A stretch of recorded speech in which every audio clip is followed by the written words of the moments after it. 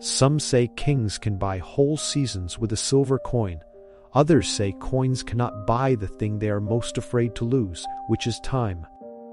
The king of our story kept both ideas in his palm and turned them like a toy, not yet understanding the weight they would carry, and a hush fell as the court leaned forward, expecting more.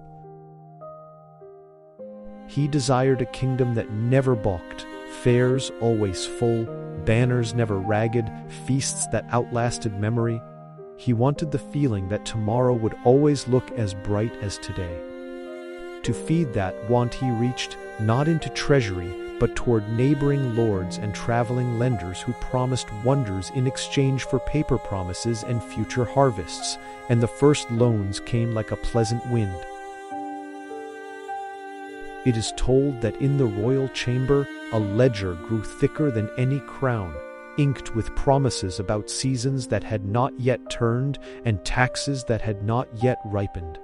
The king signed with a flourish and no tremor. The lenders smiled like men who read maps of the future and thought themselves prepared, and so coins filled the coffers while the shadow at the edge of the hall lengthened unnoticed. Citadels shone and markets bloomed. The people marveled at the king's unending grace, not knowing the gold came with a rope attached to the future. Some say joy grew like apples on a tree that had been grafted overnight, beautiful, startling, and not yet rooted, while the watchman noticed fewer scouts returning with news, distracted by the brightness inside the walls. Advisors, once steady as stones, began to whisper about seasons and soil and the slow mathematics of time that no coin could conjure. They urged frugality and tending, and their words fell like spare embers against the king's bonfire. He waved them aside, for he measured life by the now and trusted that the future would always accept his promises, so the bonfire burned on, bright and hungry, inviting consequences. Seasons, which had once been faithful, shifted in ways the ledger did not account for. A spring of scant rain made grain thin and markets quieter than the king expected. The lenders' patience, like a worn rope, began to fray when their ledgers remained unpaid, and letters arrived folded with a new firmness in the corners, changing the tone in the hall.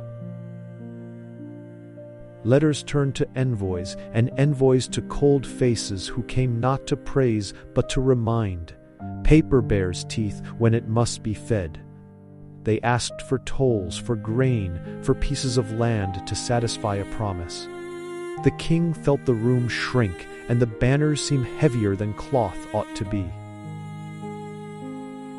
Faced with the lenders' demands, the court divided into those who proposed austerity and those who suggested more borrowing to bridge the gap, as if one debt could be cured by another. The king heard both sides and found each argument persuasive, and so he chose what seemed least painful in the moment: one more promise, another ledger line, and a comfortingly neat signature. That night, a quiet unease came to the palace. Servants woke to quieter kitchens, and the smiths closed shop earlier than before. Small economies felt the king's decisions as a chill. It is told that even the royal hounds howled once, then fell silent, as if hearing the footfall of time itself entering the hall and taking a seat. What had once been a small obligation became appetite. Interest tasted of itself and asked only to grow, and loans demanded not only coin but pledges of the future kingdom, river tolls, harvest shares, the right to collect where the king had once stood. The ledger's teeth had become a mouth and began to bite. The people watched, and worry settled like dust on the windowsills. Famine visited as if punctual and merciless. Fields produced little, and the granaries sounded hollow when they were walked, and the people began to carry less in their baskets. The lenders' envoys returned with eyes like winter. They offered a final arrangement: repayment now, or pieces of the realm as collateral, one of which would change the king's life forever, and the court held its breath for his answer.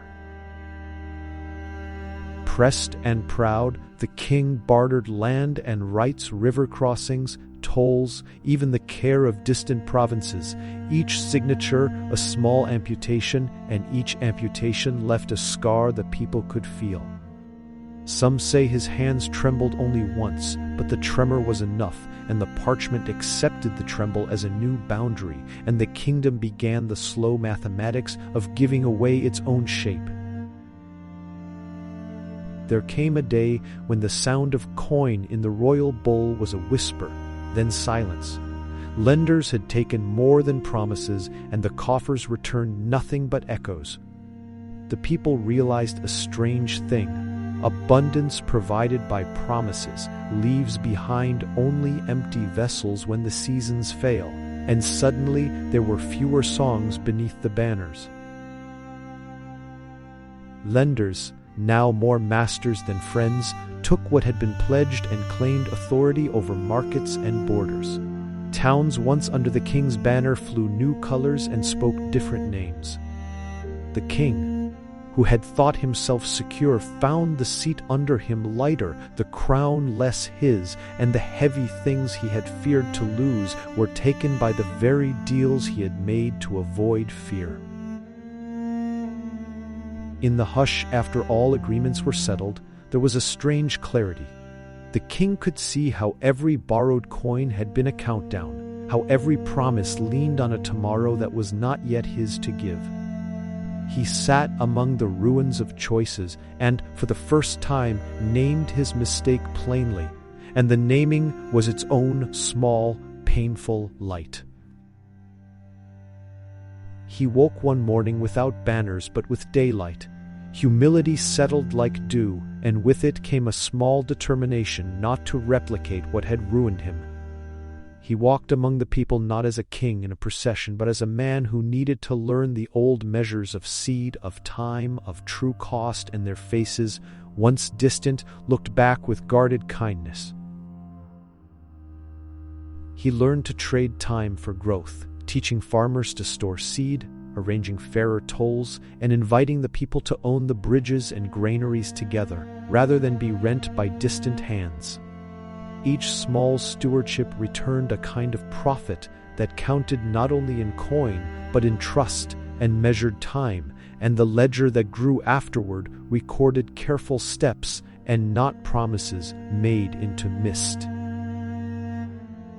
Instead of borrowing for show, he began to exchange knowledge and time for small loans and shared risk, asking only for fair returns that would not swallow futures.